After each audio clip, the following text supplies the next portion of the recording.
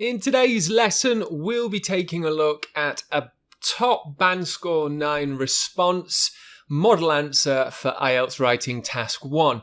And the reason we're doing this now is we're starting to build up an understanding of exactly what we need to do for task 1. We've had a look at a few questions, we've talked about tone. Now would be a good time for us just to take a look at a top answer so that we know what the final result will be. It gives us that big picture. Once we've gone through this lesson, we'll start breaking it down and talking about different phrases for introductions and paragraphs and all that sort of stuff. But now I just want to show you what the end result will be. Okay, so we took a look at the question in a little bit of detail in the last lesson. We'd looked at 3 different questions and talked about the tone that we should adopt for each. So let's take a look at another question. And here we are. You are studying for a qualification and you would like some time off work to complete it. Sounds great. Write a letter to your manager. In your letter, ask for some time off to complete a qualification. Explain how you will ensure ongoing productivity. Say how the qualification helps your job or company.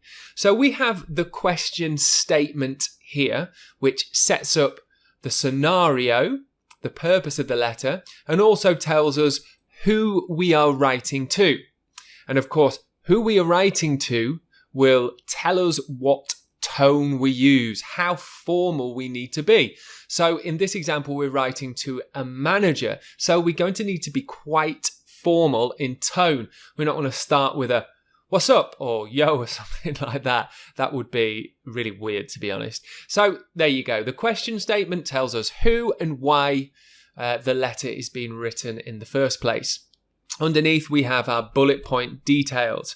Ask for some time off, explain how you're going to be productivity, and so on. 3 bullet points. These are great because it tells us what we need to write. So I would say task 1, general, the letter writing is great because it actually tells us what we need to write. We don't need to spend too much time thinking about this. And the great thing about the bullet points is it keeps a structure really clear. Other teachers might suggest different ways of structuring, but for me, just keep it simple. Each bullet point needs a paragraph. And in each paragraph, we can kind of share a couple of ideas max. We don't want them to be too long. So I'll say that one more time. Each bullet point is a paragraph in our writing.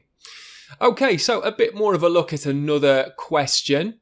So we've had our who and purpose in the question statement, and it tells us what to write in the bullet points. So let's take a look at an answer, and we'll read through now.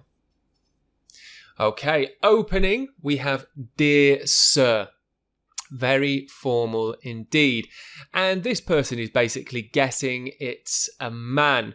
And you can do that. That's fine to do that. You can start "Dear Sir" or "Dear Madam" if you like. But this is setting straight away. This person is setting super formal tone. "Dear Sir, I hope this letter finds you well and you are having a productive week."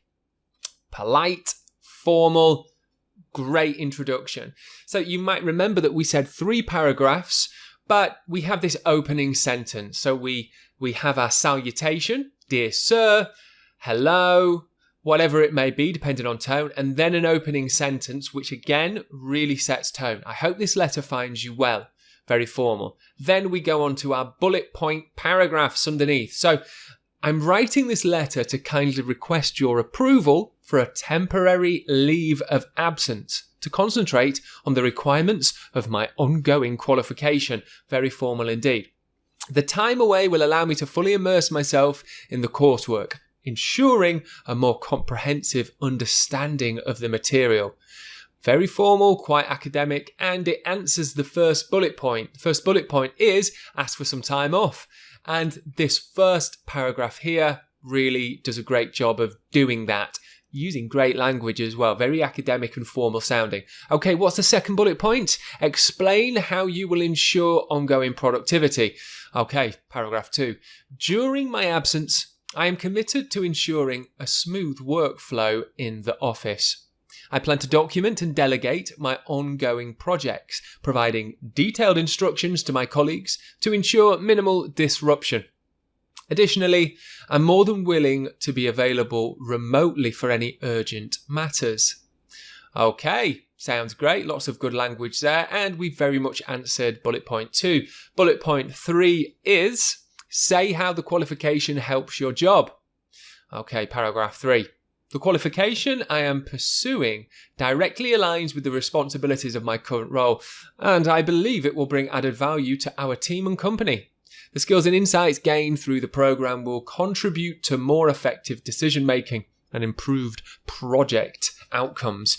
Very formal and business-like in the language used here.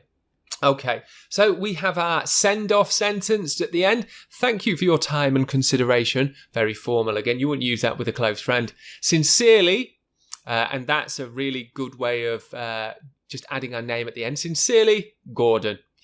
Okay, so this altogether comes to 163 words. Perfect, really. This is a band score 9 example of writing. It's perfect, in all honesty. There's nothing I would change in this.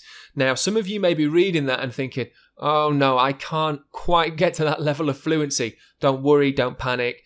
We're not all aiming for band score 9s. And in fact, getting a band score 9, it's very rare.